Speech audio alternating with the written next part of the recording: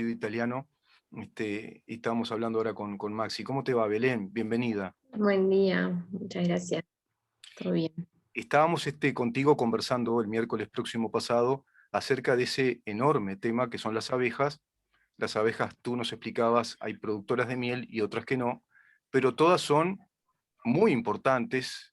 Incluso me quedó la idea de que son más que necesarias para el ecosistema de nuestras Ujú. plantas, especialmente el tema de la polinización de las mismas, y que están corriendo peligro por un montón de temas, ¿no? Pesticidas, y contaminación, cambio climático.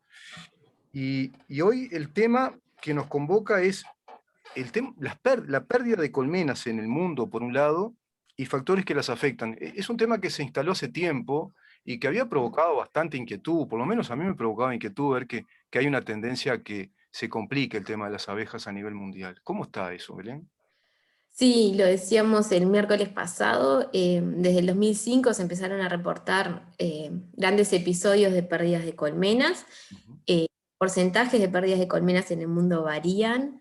eh, Se dan pérdidas invernales, que siempre se han dado, ujú, eh, solo que, y pérdidas anuales, solo que en el último tiempo esas pérdidas han sido en porcentajes superiores a los normales, ¿no? ujú. Han alcanzado en algunos casos puntuales al 50 al 60% es de pérdidas de colmenas. Eso ya te digo, eso es el extremo. En general rondan entre un 15 y un 40% en promedio. Ujú, En Latinoamérica se planteaba que no habían pérdidas de colmenas. Hace más o menos 5 años que hubo una reunión de investigadores de todo el continente acá en Uruguay, ujú. y que se hizo en Iña justamente, pero organizada, motivada, digamos, por investigadores de todo el país. Y desde ese entonces se fundó la Sociedad Latinoamericana de Investigación en Abejas. Uno de los cometidos de esa sociedad fue relevar las pérdidas de colmenas con un protocolo estandarizado y que fuera comparable al resto de los países con las particularidades de nuestro continente, pero que pudiéramos compararlo. Y ahí vimos que en realidad en Latinoamérica se pierden colmenas como se pierden en el resto del mundo, que no estamos ajenos a esa realidad. Ujú. En particular en Uruguay se viene relevando hace 4 años más o menos, y el valor es constante, entre el 20 y el 30% de nuestras colmenas se pierden anualmente. Pero el número de colmenas se mantiene constante porque, como les decía, los apicultores tienen que reproducir las colmenas para mantener sus negocios. Entonces, nada, hay un reemplazo y un trabajo de los apicultores detrás, y el problema surge también, sobre todo a nivel ecosistémico, con esas especies que no son manejadas, ¿no? Este, Ese tema de la pérdida de las colmenas, hace relación a colmenas a una merma de la cantidad de colmenas, o hay colmenas que sustituyen a otras, por, como tú decís, por la labor de los productores, que se van reciclando en eso?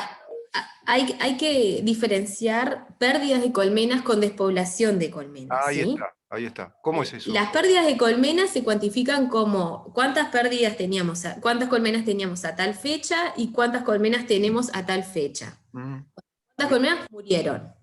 La despoblación de colmenas es justamente una disminución en la población y demás. Eso es más difícil de cuantificar, pero bueno, los factores que afectan las pérdidas de colmenas, o sea, la muerte de las colmenas, también en menor medida causan despoblación, y esos efectos obviamente son mucho más difíciles de cuantificar, Son ¿no? más difíciles de cuantificar, sí, pero es menor el efecto que produce la despoblación, porque ahí estaría el grave problema, ¿no? No puedo decir que sea menor, igual o mayor. Ajá. Y es No, difícil de no. cuantificar. Ujú, Claro, es difícil de cuantificar porque como decíamos, hay múltiples factores que afectan las pérdidas de colmenas, ujú. eh, afectan las colmenas. En el campo se da interacción entre esos factores, y entonces es muy difícil justamente atribuirle bueno, esta colmena está sufriendo despoblación por intoxicación con pesticidas, o esta colmena está sufriendo despoblación por desnutrición. Además, en un mismo ambiente uno en general tiene...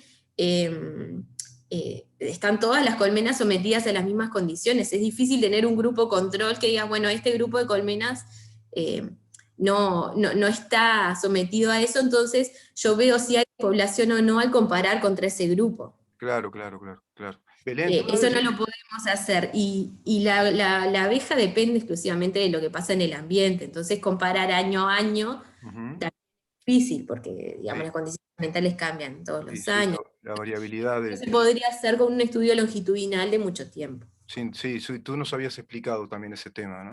Que tiene que haber un estudio mucho más prolongado en el tiempo y a su vez la variabilidad climática complica bastante como para en corto lapso ver eso. También nos Exacto. decías la importancia que tienen las abejas en el ecosistema. ¿Por qué? Porque tiene que haber determinado tipo de plantas, ¿verdad? De floraciones. A su vez, la abeja eh, propende a que esa floración se mantenga, es decir, va generando ese ecosistema.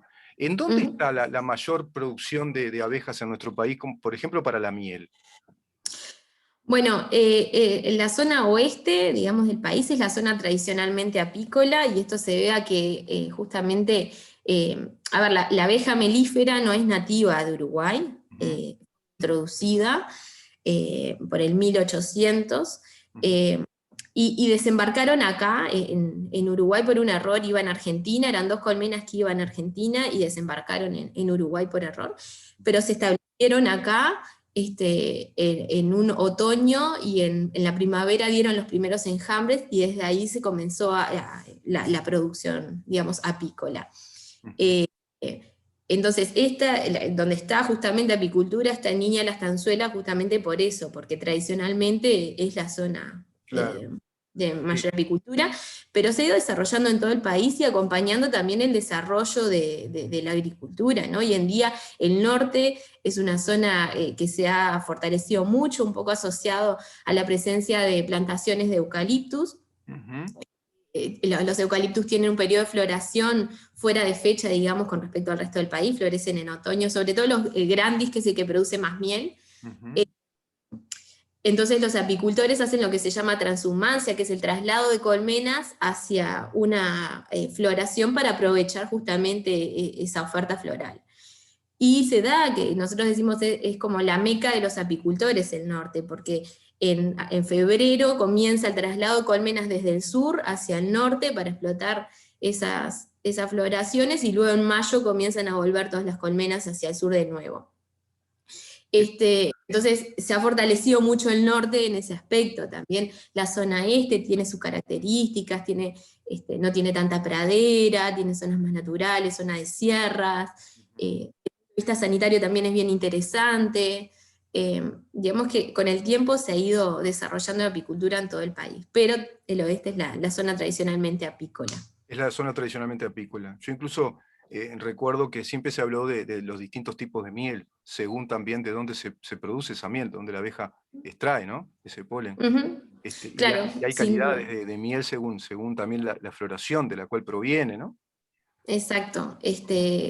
Acá en Uruguay es difícil tener miel de algo en particular, pero sí se obtiene la miel monofloral por excelencia, es la de eucaliptus, Ujú. eh, pero se logran sacar otras mieles con otras características. Hay mieles que son interesantes por sus propiedades, mieles que no cristalizan, pero en fin, ese es un tema justamente más asociado al mercado, que en este momento está como más en boga, de tratar de identificar mieles que podrían darle un valor agregado al momento de comercializarlas, ¿no? Y esas son o tipificación de origen, o origen floral, o características como la cristalización, propiedades sobre la salud. Son características que se buscan en las mieles, y Uruguay tiene mucho potencial. Tiene mucho Eh, potencial, Belén, en eso, porque yo recuerdo en viejas notas con Inia, en otra radio, que aprendí el concepto, como ser urbano que soy, lo tengo que decir con total honestidad, de trazabilidad. La trazabilidad del ujú, ganado, ¿no? Cómo pastorea, por ejemplo, el ganado vacuno, ujú, qué tipo de raza es, qué características tiene la carne. En este caso lo mismo sería, según lo que nos estás planteando, hay una trazabilidad de esa miel y de las mm, características alimentarias que sí. tiene como para certificarla en cuanto a darle un valor agregado a esa miel. ¿Y Inia forma parte de ese tema? A ver, Uruguay es en la región, Mm, tiene un sistema de trazabilidad muy, muy bueno. ajá, Eh, los apicultores deben hacer un registro de sus colmenas, que lo hacen en julio y lo hacen en el ministerio, y eso lo que permite es saber o sea, están los apiarios geolocalizados, la miel va a salas de extracción habilitadas por el ministerio, y allí quedan en los tanques que se van a exportación, o sea que hay posibilidades de hacer la trazabilidad de esas mieles. Además se le pueden hacer análisis de esas mieles para determinar el origen botánico.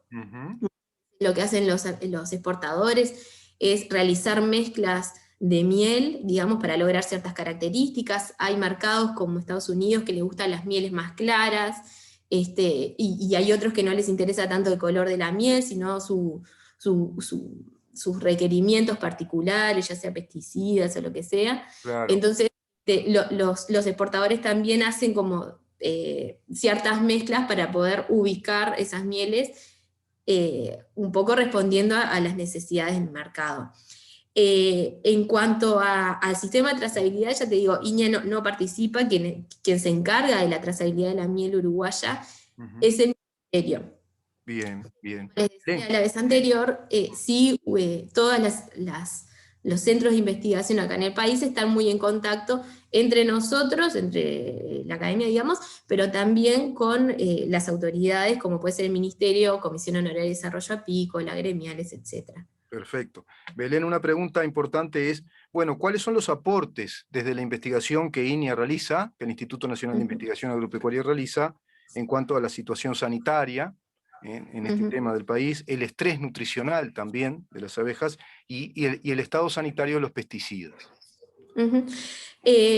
Bueno, también como les decía, nosotros trabajamos muy en colaboración, entonces seguramente todo lo que les cuente ahora hay cosas que INEA ha aportado más y otras que ha estado presente, pero no ha sido tanto, pero en términos generales a nivel sanitario hay un mapeo nacional de los patógenos, o sea, todas las enfermedades presentes en el país. Nosotros sabemos que en el país las enfermedades de mayor relevancia apícola están presentes y ampliamente distribuidas. Sabemos que hay variantes de algunas enfermedades más virulentas que pueden causar más daño y que no han ingresado aún al país, y eso es bien importante porque a la hora de realizar importaciones, sobre todo de material vivo de abejas, es bien importante, ¿no? Hace muchos años hubo acá un brote de una enfermedad que se llamó loque americano, que fue bastante devastadora, que los apicultores tenían que quemar las colmenas con el material vivo, tenían que prenderlo fuego, y fue como un pico de una crisis sanitaria que tuvo el país, y luego, debido a las medidas, las sugerencias desde el ministerio y el aporte también de la academia, esa enfermedad hoy sabemos que está, digamos, en muy bajo nivel, digamos, en el país. Espero que puedan llegar eventualmente a ingresar variantes más virulentas, sobre todo Argentina, que sabemos que sí las existe. Ahí está. En ese aspecto, en particular esta enfermedad, yo creo que desde la investigación se ha aportado mucho. Se ha aportado mucho. Y estamos bien, digamos, en ese tema ahora no está complicado el panorama. No, se ven brotes eventualmente, pero no los niveles. En el 2001 había una prevalencia cerca del 50%, y en el 2011, que fue el último relevamiento nacional, estaba en menos del 3%. Ahora se está tratando de realizar un nuevo muestreo. Se ha complicado mucho con la pandemia, ¿no? Un muestreo nacional implica visitar apicultores de todo el país, tomar muestras y demás, y se ha complicado. Luego, en cuanto al estrés nutricional, también se ha avanzado muchísimo. Les comentaba lo de la apicultura en montes de eucaliptus. Allí las abejas tienen a su disposición polen de una única fuente floral, que es el eucaliptus, y que se ha visto que no es de los mejores desde el punto de vista nutricional. Entonces allí lo que nosotros tenemos es un escenario natural donde se da uno de los factores más importantes que afecta a las pérdidas de colmenas, que es el estrés nutricional. Desde Uruguay demostramos a nivel de campo que el estrés nutricional efectivamente existe. Esto, ya te digo, es muy difícil de demostrar a nivel científico porque en el campo hay muchos factores que interactúan, y ahí teníamos un escenario ideal para estudiarlo. Vimos que efectivamente se da, que colmenas con estrés nutricional se enferman más fácilmente. Este, trabajamos en estrategias para mitigar ese estrés nutricional durante el periodo de estrés nutricional y a mediano plazo cuando las colmenas ya estuvieron sometidas a ese estrés nutricional. Claro. En cuanto a pesticidas, perdón. No, no, sí, sí, sí, sobre los Ah, pesticidas. Ujú. y en cuanto a pesticidas, desde INEA en particular no se está trabajando, sí hay un llamado a proyectos porque INEA no solo financia investigación interna de INEA, sino que también financia proyectos de investigación de personas ajenas a INEA, digamos, ¿no? Y hace poco tiempo hubo un llamado en el cual la línea de investigación que se quería financiar desde INEA eran las rutas de acceso de glifosato a la colmena, Ujú. y cómo esto afecta. Entonces, ya te digo, en pesticidas en particular desde INEA no se está trabajando nada, pero sí se está tratando de abordar esa temática. Y lo que sí estamos haciendo es trabajar en colaboración con el Instituto de Investigaciones Biológicas Clemente Estable, que allí se están trabajando a nivel de jaulas, o sea, no en condiciones de campo, pero en condiciones controladas de laboratorio, Ujú. evaluando el efecto de distintos pesticidas sobre las abejas. Ahí. Y trabajamos con el glifosato, y se está trabajando con el sulfoxaflor, que es otro pesticida que vendría como a acompañar el glifosato, y hay indicios de que podría ser aún más tóxico para las abejas. Ujú. Con algún neonicotinoide también estamos haciendo el aporte. Perfecto, Belén. Y bueno, ahora, bajo pandemia, seguramente ustedes estarán visualizando si todo funciona bien con las vacunas, vendrá una etapa post-pandemia o lo que se llama la economía del rebaño, y ahí ustedes verán cómo está la situación, que como bien decías, ha complicado un poquito ese seguimiento que ustedes hacen, ¿no? Para ir monitoreando toda la situación sanitaria, de estrés, y estas rutas de pesticidas. Entonces la pregunta final sería, como para cerrar la nota, porque nos está corriendo el tiempo, es ¿hacia dónde va todo esto? ¿Hacia dónde vamos desde la investigación? Y concretamente desde la investigación que INEA está realizando en estos temas. Sí, yo no sé si estás al tanto, pero en INEA se está definiendo actualmente el plan estratégico institucional, Ujú. es donde se priorizan, digamos, las líneas de investigación de INEA Ujú.